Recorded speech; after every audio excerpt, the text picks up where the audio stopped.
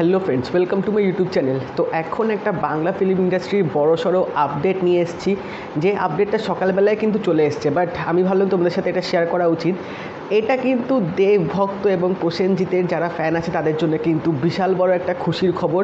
তো আপডেটটা হচ্ছে যে শোনা যাচ্ছে যে প্রসেনজিৎ এবং দেব নাকি তারা একসাথে আবার একটা ফিল্মে কাজ করতে চলেছে, এবং এই ফিল্মটা হচ্ছে দেব এন্টারটেনমেন্ট ভেঞ্চার্স মানে দেবের প্রোডাকশন হাউস থেকে কিন্তু এই ছবিটা করা হবে। যদিও বা প্রসেনজিৎ চ্যাটার্জিকে এখনও অবধি স্ক্রিপ্টটা দেখানো হয়েছে, তো তিনি বলেছে যে তার স্ক্রিপ্টটা ভালো লেগেছে।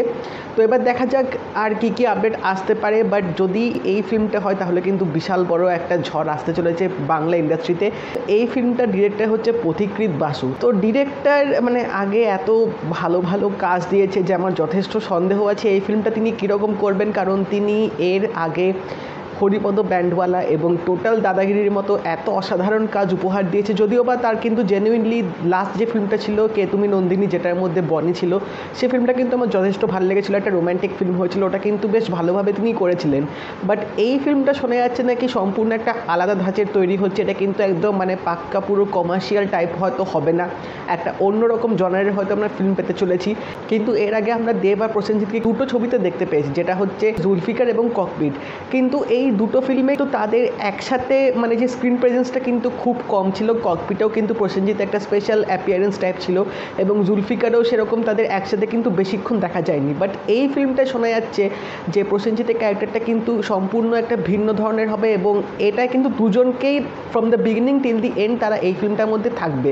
তো এটা একটা কিন্তু বিশাল বড় ব্যাপার যে তাদের দুজনকে একসাথে দেখা যাবে, দুই জেনারেশনের দুটো মানে বড় স্টার বাংলা ইন্ডাস্ট্রিতে। যদিও বা এছাড়াও কিন্তু দেবের সাথে আরও দেবের টক্কর দেওয়ার মতো জিতও আছে, বাট এই ফিল্মটায় কিন্তু দুটো বড় স্টার আপাতত ফিল্মটায় থাকবে।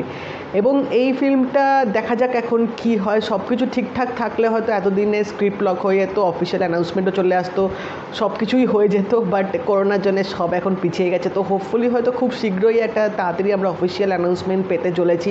তো দেবের কিন্তু পরপর অনেকগুলো লাইন আপ আছে। কিছুদিন আগে শ্রাবন্তীর সাথে একটা ফিল্ম অ্যানাউন্স করলো খেলাঘর, তারপর হচ্ছে মিঠুনের সাথে একটা ফিল্ম অ্যানাউন্স করলো যেটা হবে, যেটার এখনও অবধি মানে স্ক্রিপ্ট কী বা ফিল্মটার নাম কি কোনো অ্যানাউন্স হয়নি। এবং এবার শোনা যাচ্ছে যে দেব আর বুম্বাদা একসাথে ফিরছে। তো বলা বাহুল্য দেব কিন্তু পরপর বেশ বড় বড় ছক্কা মারছে এখন, এবং এই ফিল্মগুলো যদি সময় মতো রিলিজ হয় তাহলে কিন্তু মানে এইটুকু বলা যেতেই পারে যে দেব আবার নিজের মুকুটটা কিন্তু নিজের কাছেই ফিরে পাবে, মানে টলিউডের কিং যে বলা হয় সেটা আবার তিনি ফিরে পাবে। এবার দেখা যাক কী হয়। তোমরা অবশ্যই জানিও তোমাদের নিউজটা শুনে কীরকম লাগলো, এবং তোমরা কতটা এক্সাইটেড আছো দুজনকে একসাথে অন স্ক্রিনে দেখার জন্য আমাকে কমেন্ট সেকশনে অবশ্যই জানাবে। আর যদি এই ভিডিওটা ভালো লেগে থাকে লাইক করে দিও, শেয়ার করে দিও, চ্যানেলটা কিন্তু অবশ্যই সাবস্ক্রাইব করে দেবে, নোটিফিকেশান বেলটাও কিন্তু অল করে দিও। তা দেখা হবে পরের ভিডিওতে। বাই।